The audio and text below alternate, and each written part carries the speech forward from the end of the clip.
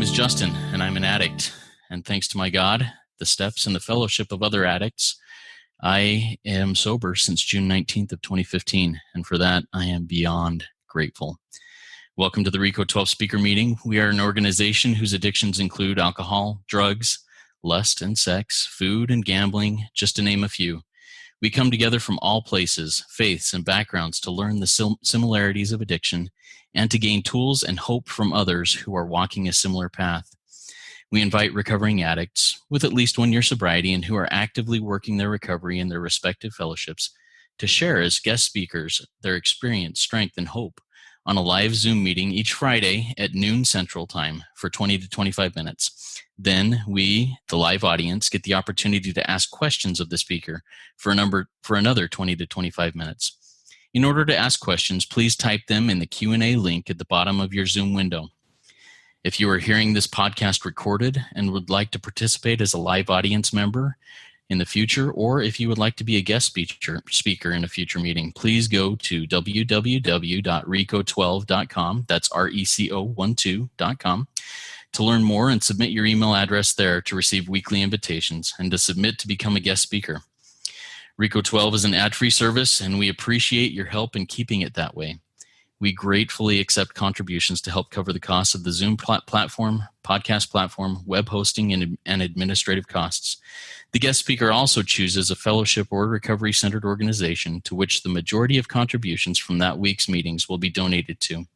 To contribute, you can go to rico12.com/support, or you can click the link to PayPal in the chat of the live meeting, or if you use Venmo, you can also contribute there. Our handle there is at RICO-12 spelled out. When you contribute, please specify the meeting number, and this is meeting number 1. Now, let's introduce our guest speaker for today, Harvey E. Harvey E. is a 65-year-old Orthodox Jewish dentist from Toronto, soon to celebrate 42 years of marriage to his wife, Sharon, proud papa to 18 grandchildren, soon to be 19, and sober since January 7th, 2014.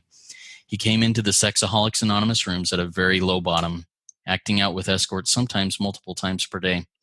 Today, even with almost 6.5 years of sobriety and recovery, Harvey works a very solid program, including daily sobriety renewals, prayer, meditation, daily maintenance steps of 10 through 12, and other things.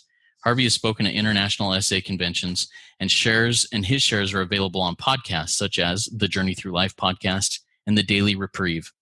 He has been a very active member of the SA phone meeting community for years, moderating calls throughout the week and spearheading the use of WhatsApp groups to extend the fellowship of these meetings 24/7. Over the last year, he has become an active participant in SAL Zoom meetings, and Harvey has chosen to have contributions from this speaker meeting go to SAL. Details of that can be found at sal12step.org. We will learn more about that organization in a bit later. Since I met Harvey a little over 6 months ago, he has quickly become one of my best friends in recovery and has changed the way I look at my relationship with God and the way I look at recovery. I love this man, and I think you will learn to love him too. Take it away, Harvey. The stage is yours. All right. I love it.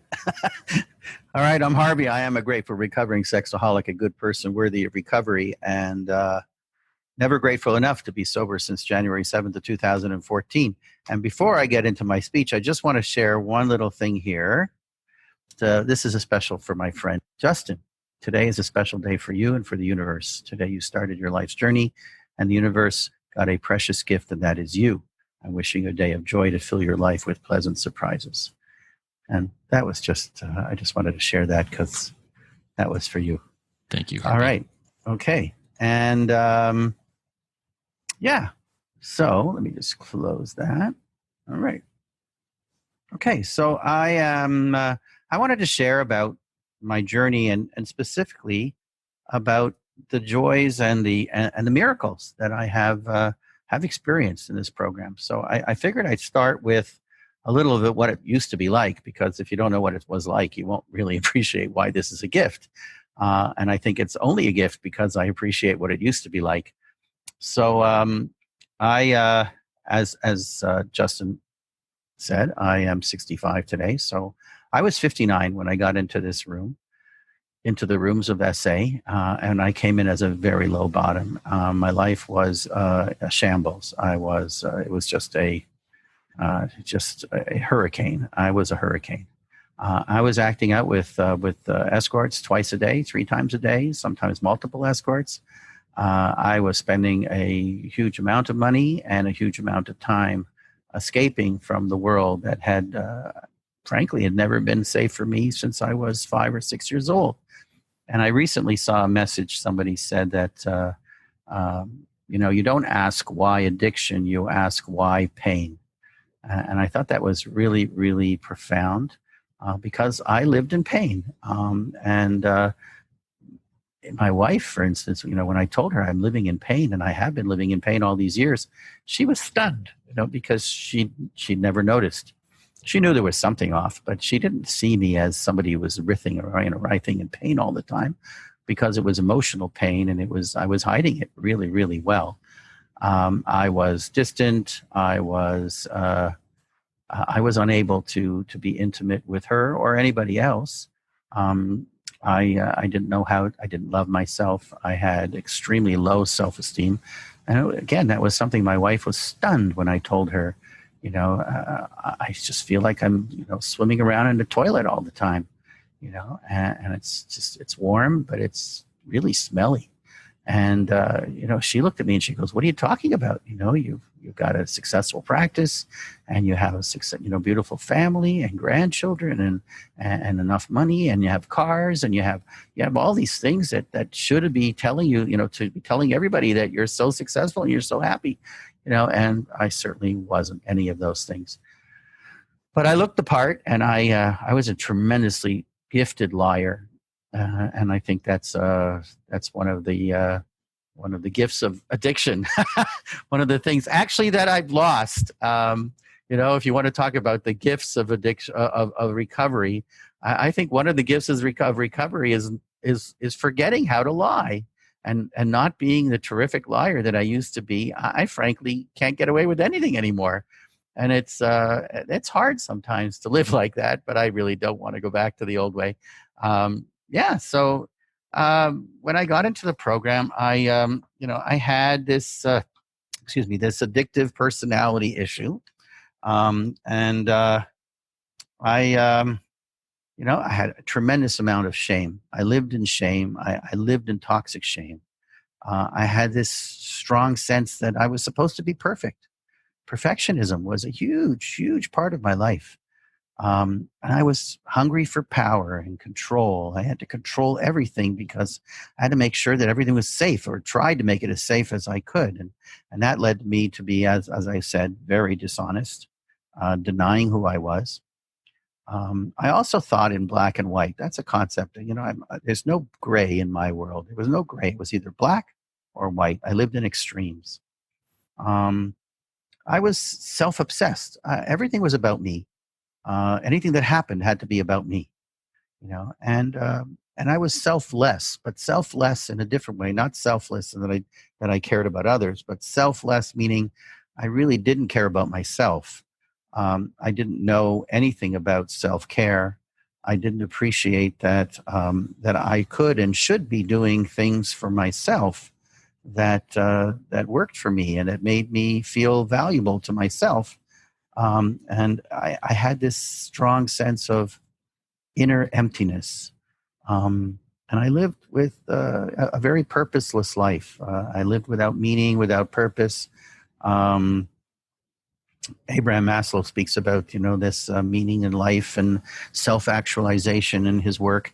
And that was definitely, the pyramid he talks about. You can look it up. And I had no meaning. I had no purpose in my life. I was incredibly involved in people pleasing because I didn't have any value. I didn't see any value. So I was obsessed with trying to get approval from others and to get sort of that power. And I call myself a vampire. I was always sucking power from others by trying to get their approval. And I was full of guilt, of course, because of my behaviors, although that actually got less as I got further along, because at a certain point, I was so sure that my relationship to God was so bad that he had long ago given up on me. And in fact, as I like to put it, I kind of felt like I was the warden in my own self-imposed prison. And I was here to punish myself, and because he couldn't be bothered anymore. I had a lot of trouble managing anger, not surprisingly. I did some work around that actually along the way. I don't think I'm a rageaholic, but I certainly had some issues with anger. And I'm sure I had this underlying low level of depression that it would go up and down a little bit every so often, but certainly a certain level of depression and living that way. And the other thing I noticed that I now know that I had was something I call emotional numbness. And that was that I really didn't, I was afraid of emoting, afraid of having emotions, of feeling emotions. God gave us emotions. I have, anger, fear, sadness, and joy. Those are my emotions. And I was afraid of all of them. Even joy was something I was afraid of. So I did my best not to feel. So that was part of the reason why I found addiction, because addiction gave me something that would numb me from having to have emotions. Any emotions that I started to feel that I was going to have, I would just stuff down in my pants because that was where my addiction rested most of the time. So that's where I hid it. And of course, it popped up later in any number of ways.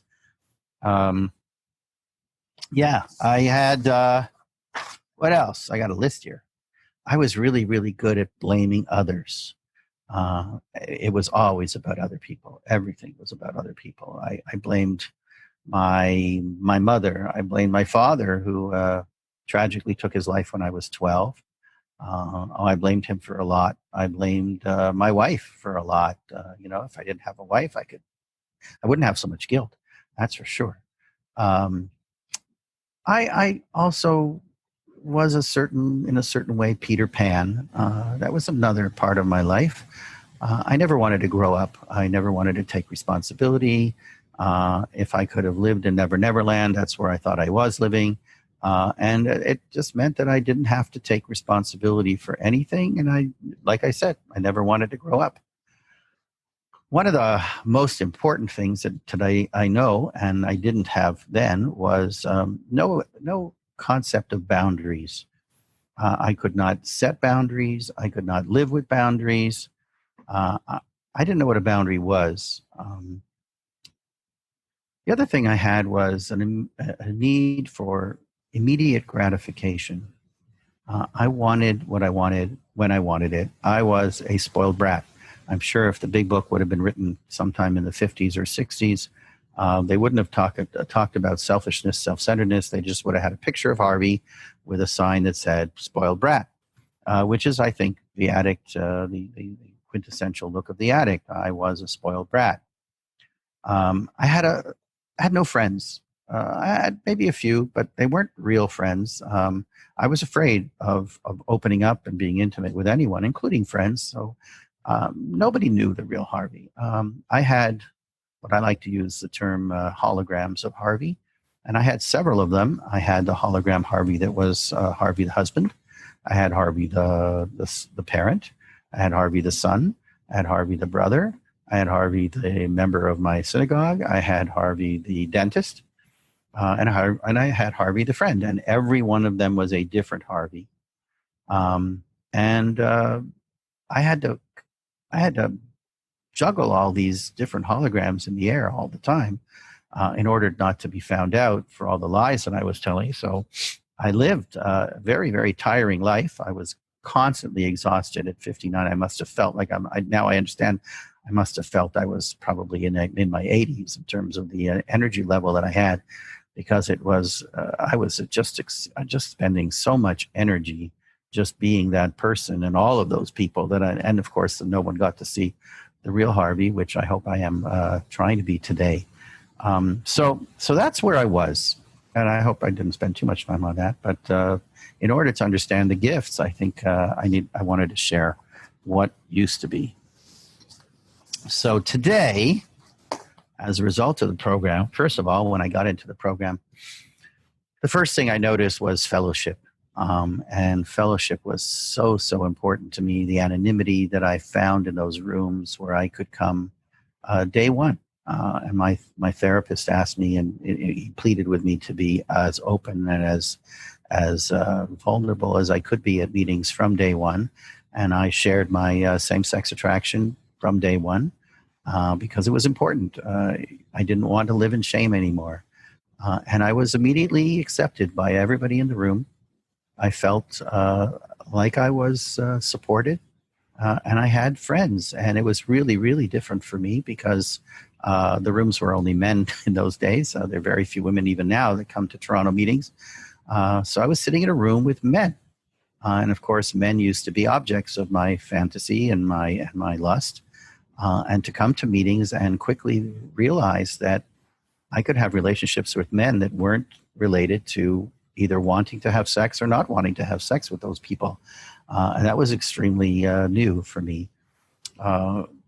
Took me a few weeks before I got comfortable enough to share much. I sat with my hat and my coat on, thinking I could pretend that I wasn't an Orthodox Jew. Nobody will know.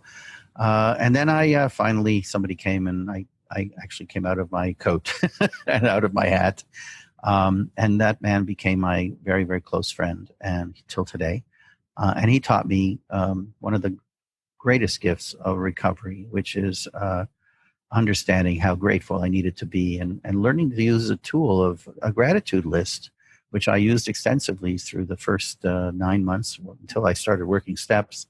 I was doing gratitude lists all the time and reminding myself every day all of the wonderful things that I should be grateful for. And the greatest gift that you get from that, I believe, is the beginning of understanding that I was worthy, of all of these things that I had. And my list was long.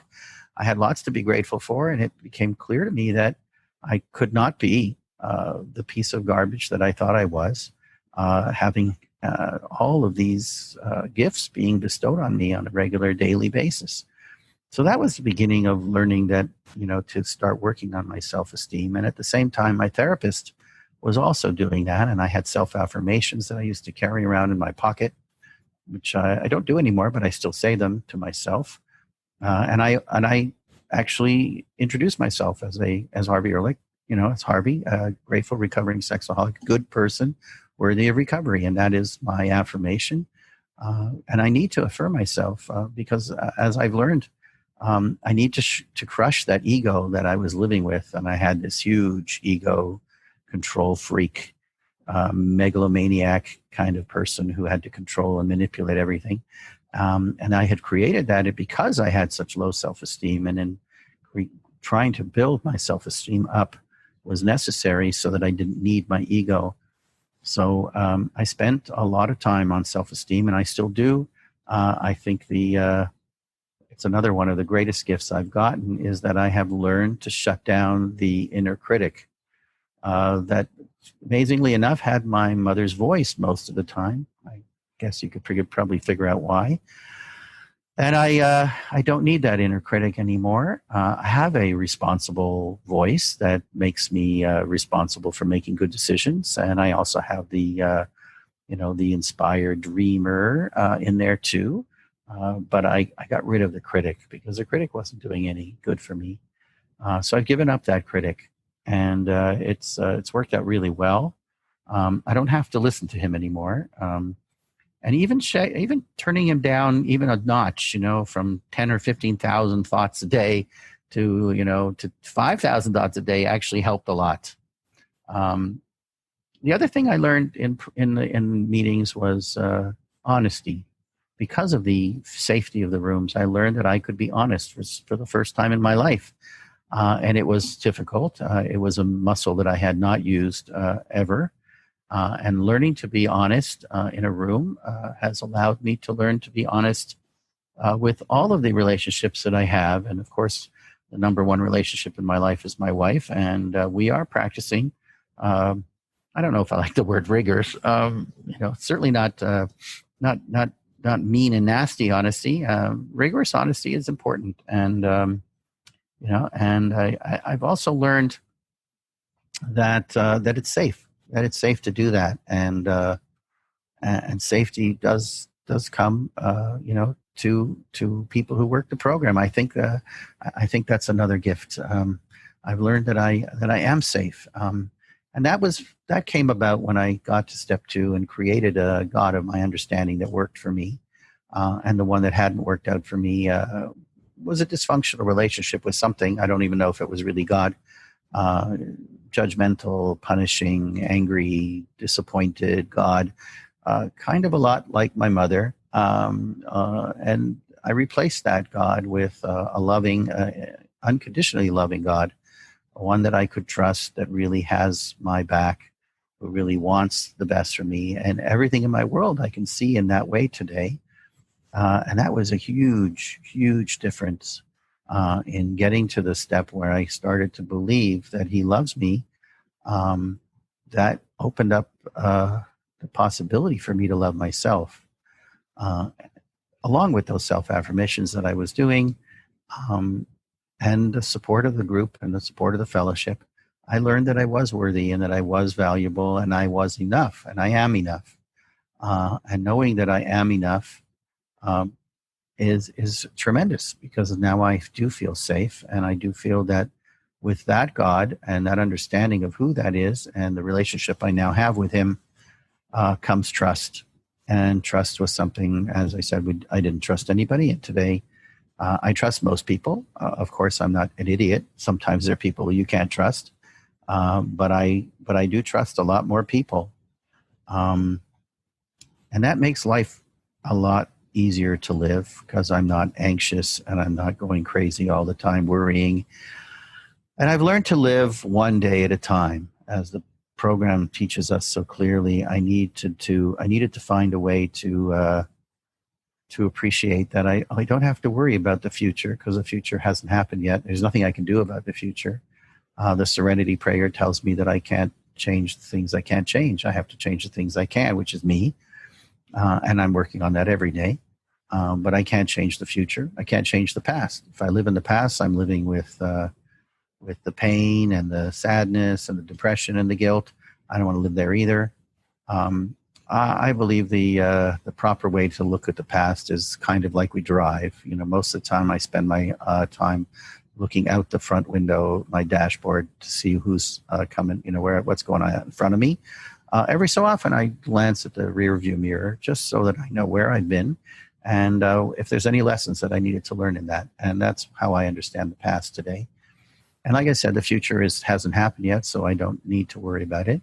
All I know is that the God is taking care of me, and whatever I could possibly have wanted, I've learned long ago to stop praying for things that I think I want, because as many of the people who know me will know that I say that, when I pray to God, there are always going to be 3 answers, and it's either going to be yes, not now, or Harvey, I've got something a lot better for you.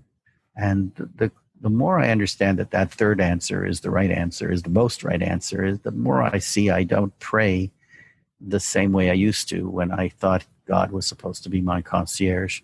I don't pray for things to happen. I pray for God to help me understand that everything that's happening in my world is for my best. And as long as I keep that in front of me, I'm in a good place. I've learned to put up boundaries, and I think that's a real gift of the program. For some of us, coda work has been, codependency stuff has been important, and I did some of that along the way. I needed to appreciate that in order not to be angry all the time, I needed to have healthy and strong boundaries around people who take advantage of me, people who don't appreciate boundaries. And I live with a lot of people like that. I think we all do. I think there are lots of people who haven't learned proper boundaries. And having learned to appreciate that I need boundaries has allowed me to appreciate that I have a right to self-care. I have a right to get to meetings. I have a right to eat properly, to take care of my body, to take care of my life in whatever way it becomes necessary.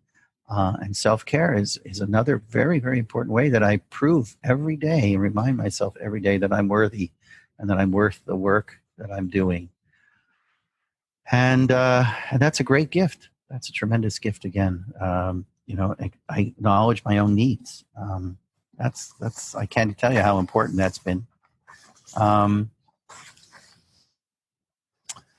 What else? I've also learned how important it is to have relationships and to appreciate what that's what's supposed to be about, and intimacy, and learning that I can be intimate with my wife and with others, not sexual in any other way, except with my wife, but I can have authentic intimacy and love, and I love many people in my world today that I've learned to love, and I can do that in a safe way, and appreciate that that I can feel secure.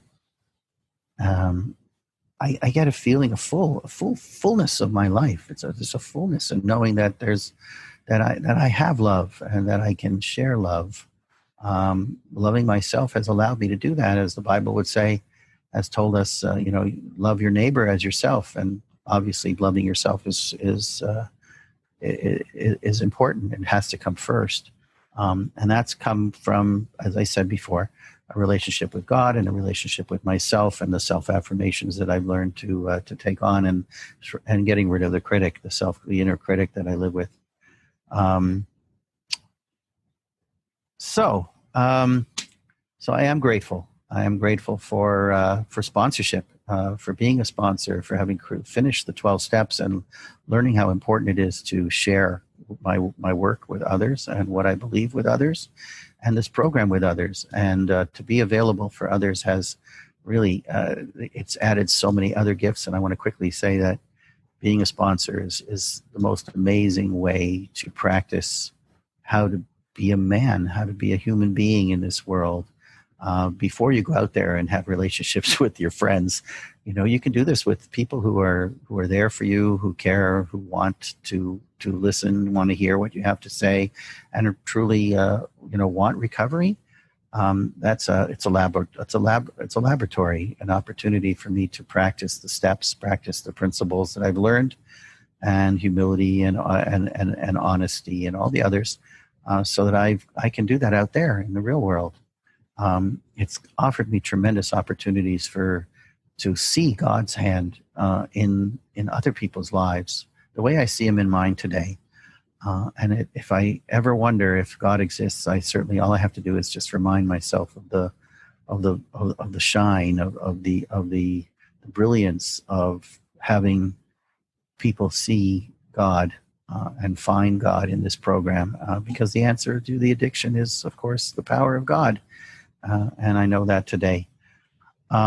Sharing it with others is so important to me, because it keeps me vital, keeps me fresh. I don't get stale in my program, and that's another gift. It's changed my life because I needed to change my life. I've become much more disciplined. I wake up in the morning earlier, and I pray and I meditate. I do a lot of meditation. That's another gift that I want to share. Meditating 3 times a day has really changed my life. I've learned three-way prayer, which is another wonderful tool. And I've learned to just talk to God and then shut the heck up and listen. And I'm learning to listen to everybody in my life. And I'm learning to listen and not be thinking about the answer that I want to give when somebody shares something. I just listen. And that was something I never did. I used to be thinking, what am I going to say when this guy stops talking, or when my wife stops talking? And I had the solution. I was worrying about what I was going to answer before. Wow, instead of really listening and really, really focusing. And I've learned how to focus. And I think I used to be an ADD child. I don't think I am anymore. Maybe that was part of my addiction. Anyway, I am very, very grateful. I'm grateful for having been offered this opportunity to be the speaker today. And with that, I guess I'm going to pass. Awesome, Harvey. Thank you so much, Harvey. I loved all those miracles and gifts of recovery that you shared there. One of the ones that stuck out to me was your plug of sponsorship. For me, that's been one of the greatest gifts in my own recovery, and I'm grateful that you plugged that too. It just helps me along, and I think it's really valuable for everybody to hear. Now, before we get to read the questions that have come in and ones that I've written up as you've gone along too, I'd like to invite you, Harvey, to share for about 60 seconds or less on SAL and why you chose that organization as the one you wanted contributions from this meeting to go to. Okay, you didn't warn me about this. Okay, I'm Harvey. I'm still a grateful recovering sexaholic, and I am grateful. Today is actually my year anniversary of joining SAL meetings. They've changed my recovery fellowship in a profound way. I love the rooms. I love the spirit. I love the spirit in a room where I have to. I'm going to apologize because I'm going to be a little bit, maybe a little rude. But in the SA rooms that I attended, especially the face-to-face ones in Toronto, I just found that they apologized a lot for God, and I didn't really want to be that person. I think that, when I found recovery and I found my sponsor unabashedly says that the solution is God. So to come to a room where you almost couldn't hear the word God, or if you did, it was, as you understood him, and, and nobody wanted to, your higher power, and everybody really wanted to say the words. And I came to SAL and I found a room full of people who are really devoted and connected and want to be connected to their Father in heaven, to Heavenly Father. And it doesn't really matter what we call him. It's not apologizing. They have a prayer at the beginning. They have a prayer at the end. They have wonderful opportunities for sharing about the topic and the text that we might have been reading. And there are people all over, mostly America, that come to those meetings, and they just create this beautiful space. And I'm really, really grateful for it. And I think it's a wonderful tool. It's a wonderful organization, and it deserves the support of everybody, I think. Awesome. Thank you, Harvey. So if any of you out there in the audience are feeling a nudging to make a small contribution, please do so through the links here in the chat or at rico12.com/support. It's not time for Harvey to answer any questions that we may have. If you, as a listening audience, have any that come up, please type them in the Q&A thing. I will get to some of the questions that I wrote up as well as those that come in. And we'll close up this Q&A session 8 minutes before the hour. So, Harvey, I've got a question for you. You mentioned setting up boundaries being one of the gifts of recovery. How do you today set up healthy boundaries? What does that process look like to you? Okay, good question. Thank you. So my wife is the most important relationship that I have. So I guess I'll use her as my example. If I start to feel that something happened in our relationship, there was a conversation that didn't go well, and I start to feel restless or irritable, mostly irritable. I try not to get to anger, but sometimes I get to angry, and I feel angry. So anger tells me that somebody has violated my space emotionally or physically. And that usually means that I need a boundary. And there should have been a boundary. And if there was one, it's been violated. So I will sit down with my wife and I'll say, Sharon, I didn't appreciate you doing X or Y. It made me feel that, whatever. I got angry because I felt that it violated a boundary that I'd like you to respect. Please don't have conversations, for instance, with my children about something. I would like to have been offered the opportunity to make a decision about that, and you broke a boundary. And please, I would hope that you'll respect that in the future. And thank you for listening. And that's just one example, but that's how I set up boundaries. And sometimes I get people who don't like those boundaries, and they say, no, I don't want a boundary, at which point I have to make a second decision on whether I want to live with the fact that this person won't live with my boundary, or whether I have to reduce the relationship to something much less common and less often because they won't live with my boundaries. And that's the choice that I have to make, and I make that sometimes. Thank you, Harvey. I appreciate that. Hey, Amy B. from our listening audience came in with a question. Harvey, I'd love to hear you talk about making amends. What was the process like for you? Okay, thank you. Good question.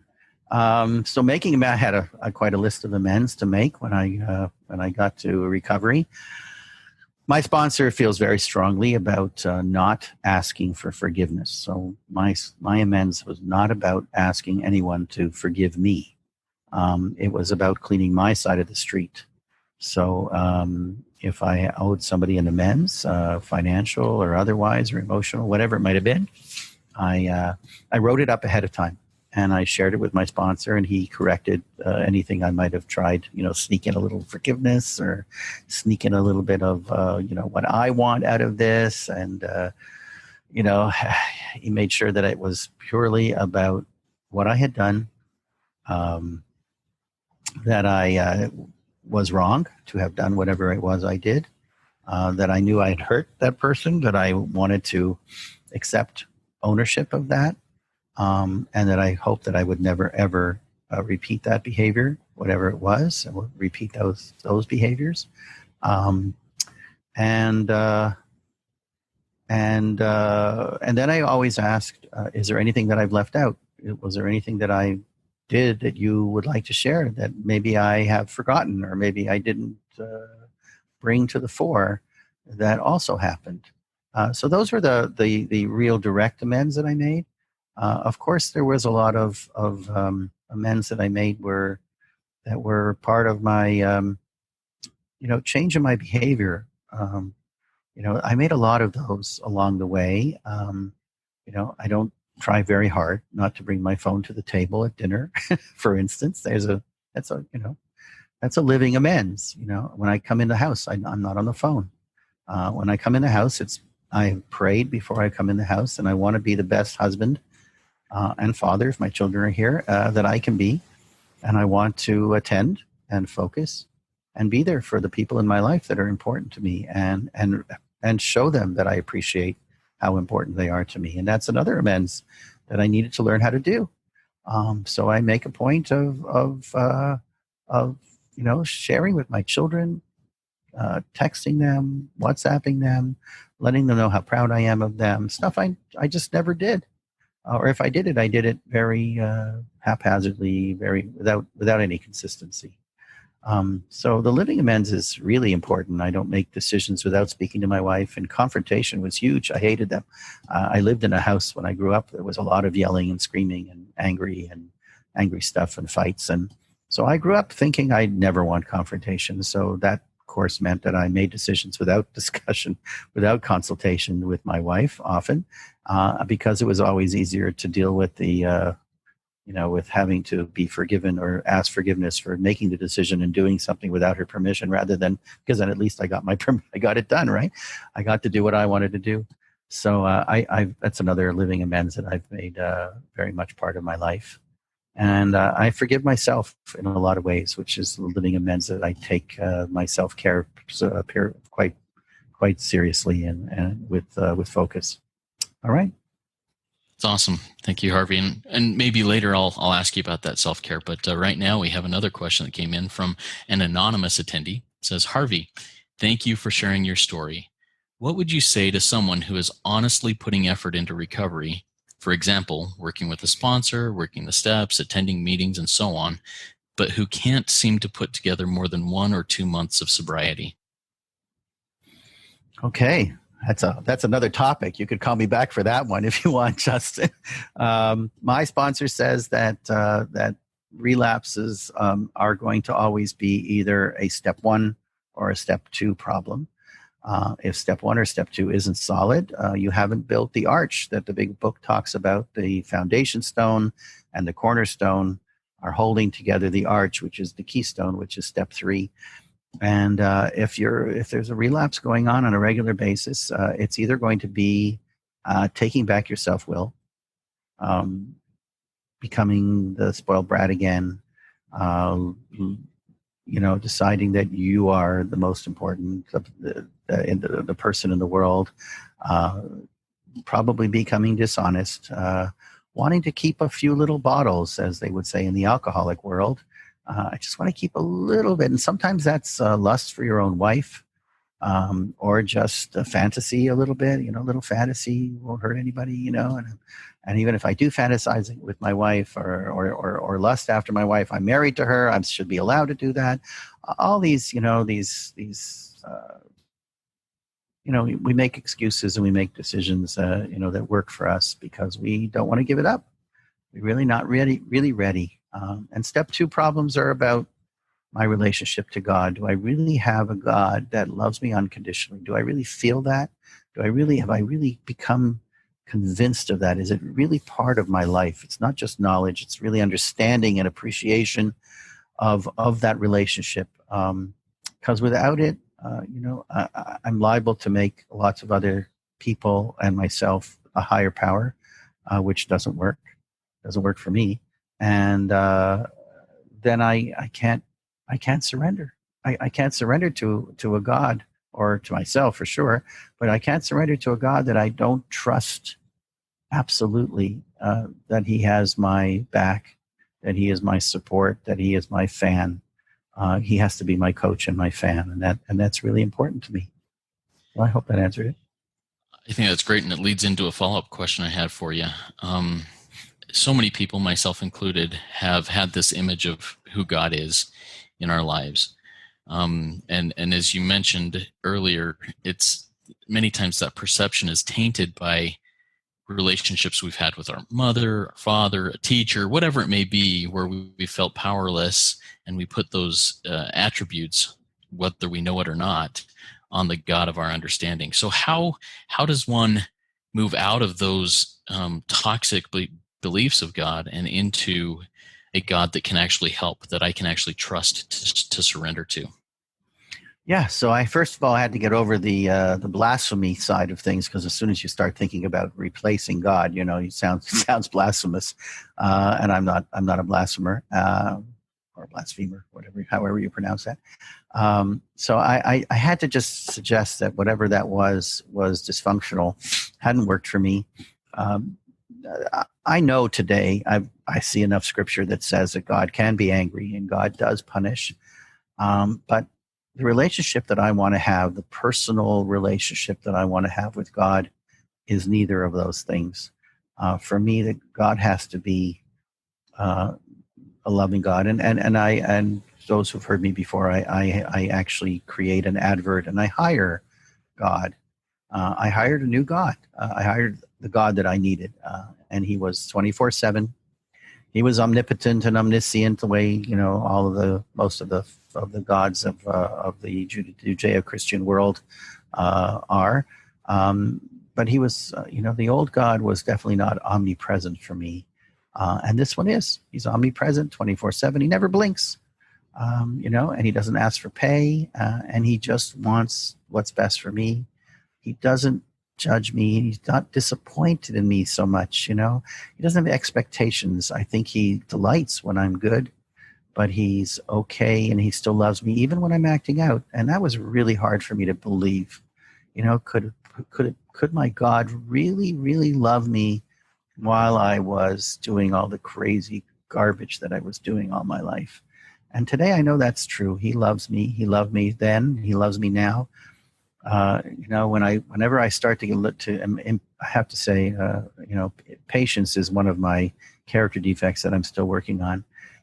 And many times a day, when I start to lose my patience, I remind myself how, for most of the first 59 years of my life, God was incredibly, eternally patient with me. So if He can be patient with me, I certainly have to learn to be patient with others. And so that's what I'm doing. So I'm learning, trying to be godly. There are lots of nice hymns around that. I want to be that person, and every day I wake up, and the work I have to do today is to have the best day possible and to try to be the best Harvey I can be. Awesome. We got 2 more questions that came in. We'll get these 2, and then we'll wrap it up here. If there are any more questions, we'll address that after this. So the first one, also from an anonymous attendee: I recently learned about recovery fatigue. Given that you have been sober for so many years, have you ever experienced recovery fatigue? How did you work through that? So I appreciate the problem. I thankfully got lots of education about recovery fatigue from my sponsor when I first got into the program. He told me very straightforwardly. He says, you're a low bottom. You're a mess. You better. You can't take a chance. You won't be able to take a chance. You need to work this program for the rest of your life, like your life depends on it, because it does. And I don't want to be a dead man walking ever again, which is what I really was. I was a dead man walking. I look at my recovery work kind of like the diabetic should be looking at his insulin that he needs to take. If he's an insulin dependent diabetic, he knows he needs to wear a monitor on his, and around his belly, and he has to check out the food that he's going to eat and decide how much insulin he wants to have based on the amount of sugar he's going to ingest. And I got to do that. And that's what I do every day. I live my day-to-day life with prayer, with meditation, with proper diet too, some exercise, getting out into the air, breathing, all of those things. Talking to God. I talk to God all day, and I need to do that. And so I really haven't experienced any fatigue. There's so much joy here. It's hard to believe that anybody would want to give this up or get complacent. Although everybody, it says in the big book, on page 85, we can rest on our laurels. I can't afford to rest on my laurels. So, every day I do a DSR and I remind myself I don't have laurels. I can't rest on those laurels. So I pass. Awesome. I'm learning that I don't have laurels either. It's not a good thing to try and find laurels that I don't have. I'm just going to ask one of the two remaining questions, and then the other one we'll talk to in a second. Harvey, this is from Ammon C. Harvey, the blessings of recovery you enjoy are blessings I want to enjoy.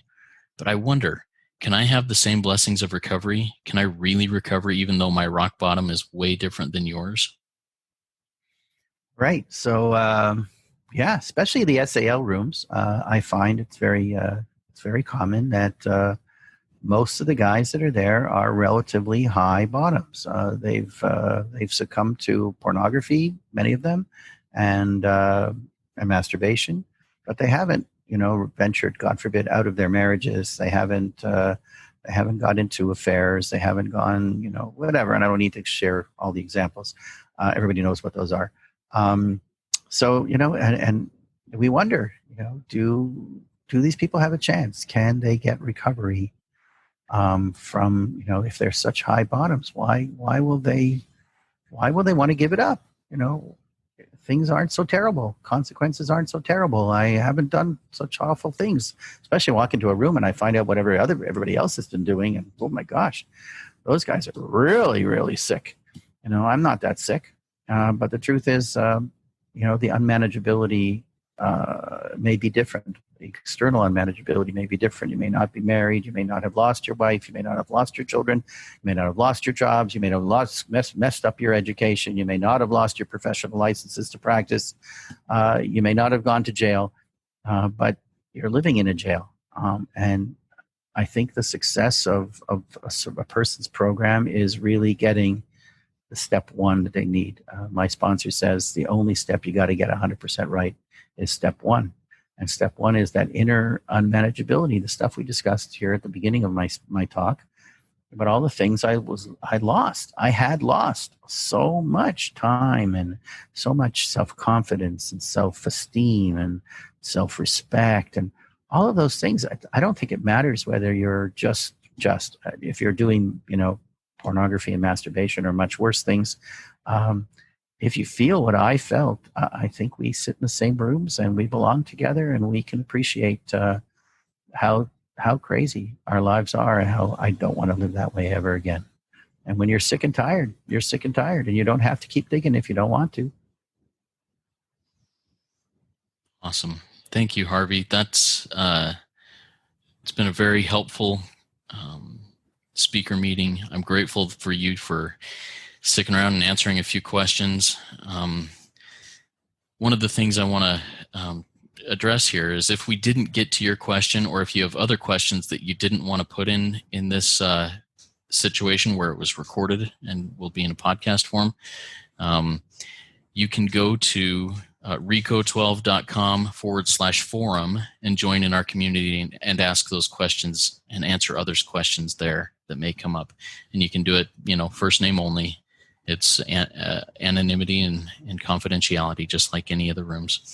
Now, if you have not yet gone to rico12.com and submitted your email address, you only need to do it once. Please get on the invitation list so that you can join us live each Friday at noon Central Time. Next week, we have an awesome and very entertaining guest who will talk about the differences or the similarities of addictions. We'll send out the invitation to next week's speaker meeting sometime in the middle of next week, and we look forward to it. Now, to close up, if you would like to join me now in the third step prayer to launch us off into the rest of the day, please do so now. God, I offer myself to thee, to build with me and to do with me as thou wilt. Relieve me of the bondage of self, that I may better do thy will.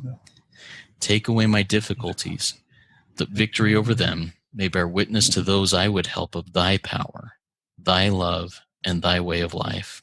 May I do thy will always. Keep coming back, guys. It works if you work it, so work it. You're worth it. Thanks again, Harvey. This was awesome. Thank you for having me. And happy anniversary again. Thank you. 5 years. Appreciate it. Tremendous.